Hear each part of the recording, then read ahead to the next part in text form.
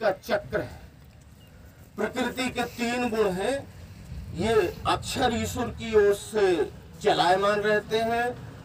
इस विश्वरूप परमात्मा के 2 भाव हैं, क्षर अक्षर। तो अक्षर ईश्वर अध्यक्ष रहता है और ये प्रकृति क्षर, ये इसके साथ वो सब उत्पत्ति स्थिति लय का कार्य करवाते।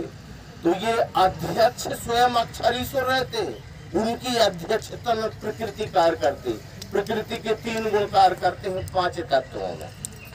तो ये क्षर अक्षर क्या है? 15वें अध्याय में भगवत गीता में लिखा है, द्वाविमौ पुरुषौ लोके क्षरश्च अक्षरेश्च क्षर सर्वाणि भूतानि कूटस्थो अक्षरोच्यते। ये 2 पुरुष कहे हैं क्षर अक्षर नाम से। तो क्षर क्या है?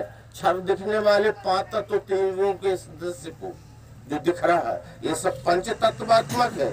ये हमारे हाथ में पिंड है, ये 5 तत्वों से बना है। 5 तत्व क्या है? पृथ्वी जल अग्नि वायु आकाश। तो ये शरीर भी 5 तत्वों से, माइक भी और अखिल विश्व 5 तत्वों से बना है। इस 5 तत्व में क्रिया करते हैं 3 गुण, सत्वगुण रजोगुण तमोगुण। तो ये 5 तत्व 3 गुण इसमें भी है। ये 5 तत्व 3 गुण के दिखने वाले दृश्य को क्षर कहते हैं। क्षर में अंग है 8 अंग क्या है? पृथ्वी जल अग्नि वायु आकाश, सत्वगुण रजोगुण तमोगुण। ये परमात्मा के सगुण साकार के 8 अंग हैं। अब इसी को प्रकृति कहते हैं, अष्टधा प्रकृति कहते हैं। अब इसी में अस्थि भाति रूप से मिठास भरी, मिठास कूटस्थ अक्षर उच्चते।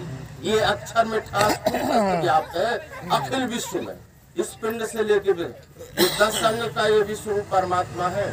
इसके 2 भाव है, क्षर अक्षर। तो अक्षर अध्यक्ष है और अध्यक्षता करता है अपनी प्रकृति के साथ।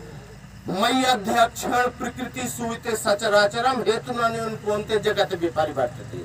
9वें अध्याय भगवत गीता। तो क्या करता है अध्यक्षता? अक्षर के प्रकाश से क्षर चक्र चलने लगता है। कैसे चलने लगता है? प्रकृति के 3 गुणों से। प्रकृति के 3 गुण है, सत्वगुण रजोगुण तमोगुण। जब क्रिया करते हैं 5 तत्वों में, अखंड मंडलाकार ऐसा घूमता नहीं।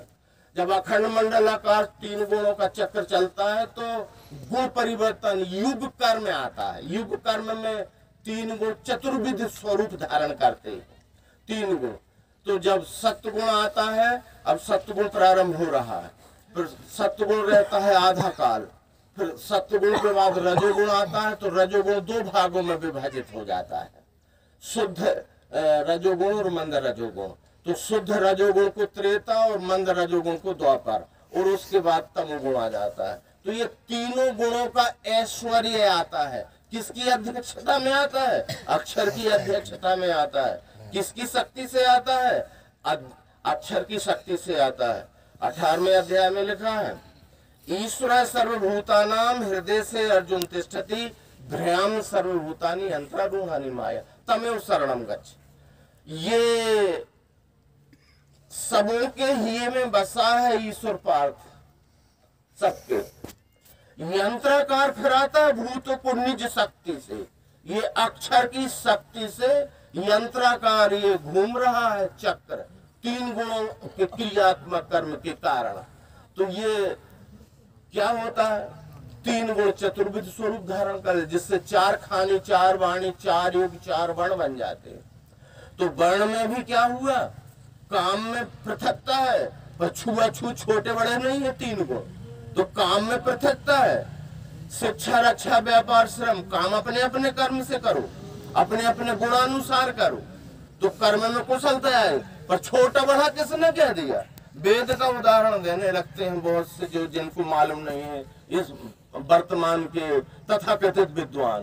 कहे ब्राह्मणो मुखामासीत बाहु राजा, ये उदाहरण देने लगते। अरे तो ठीक है, शिक्षा का काम ब्राह्मण करे, रक्षा का काम क्षत्रिय करे, पोषण का काम वैश्य करे और श्रम का काम शूद्र करे बराबर। क्योंकि सुबह सुबह कर्म में भरता संसिद्ध में लपते नर स्वकर्म निरता सिद्धि यथा बिंदति तक क्यों। ये अपने अपने कर्म के करने से सिद्धि कैसे मिलती है? सुनो आगे अगला सुनो। यतः प्रवृत्ति भूता नाम एन सर्वम इदम ततम स्वकर्मणा तम में अभ्रज सिद्धिम बिंदति मानवा। ये 46 नंबर का श्लोक 18 में। अपने अपने कर्म के आधार को समझ लीजिए। व्याप्त है सर्व सर्वत्र परमात्मा, यह देख करके अपने अपने कर्म को कर, जिससे भूत करे कर्म, विश्व में सब व्याप्त जो। कौन व्याप है? अक्षर। कहाँ व्याप है? संपूर्ण क्षर में दिखने वाले दृश्य में। तो इसी दिखने वाले से तो स्वकर्म करना है।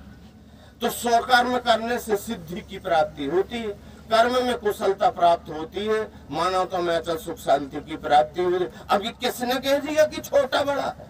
जैसे पैर पूरे शरीर के लिए कार्य करते, हाथ पूरे शरीर के कार्य कर, पेट पूरे शरीर के कार्य कर रहे, मुंह आंख से पूरे शरीर के लिए कार्य। इनमें छोटा बड़ा का क्या सवाल? मुंह छोटा कि पांव छोटे, हाथ छोटा कि पैर छोटा? ये छोटा बड़ा की कल्पना ज्ञान अवस्था है मानव की, ये भेदात्मक बुद्धि है। तो हम इस विश्वरूप परमात्मा के कहते ही द्वैत खत्म हो जाता है। विश्वरूप परमात्मा कहते कुछ शेष नहीं बचता, छोटा बड़ा कोई भाव नहीं रहता। विश्वरूप परमात्मा कहते एक बात रह जाती है शेष, मैं अंश हूँ सेवक हूँ, विश्वरूप मेरा स्वामी है, मैं सेवक हूँ, ये दो भाव रह जाते हैं। विश्व ही परमात्मा है तो मैं उसका एक अंश हूँ, ये विश्व ही परमात्मा, मैं उसका एक अंश हूँ। तो मैं अंश हूँ तो मेरे अंश की सेवा मुझे करना है अपने स्वकर्म के द्वारा, ये भक्ति है। ऐसा करने से ही अचल सुख की प्राप्ति होती है। अब आगे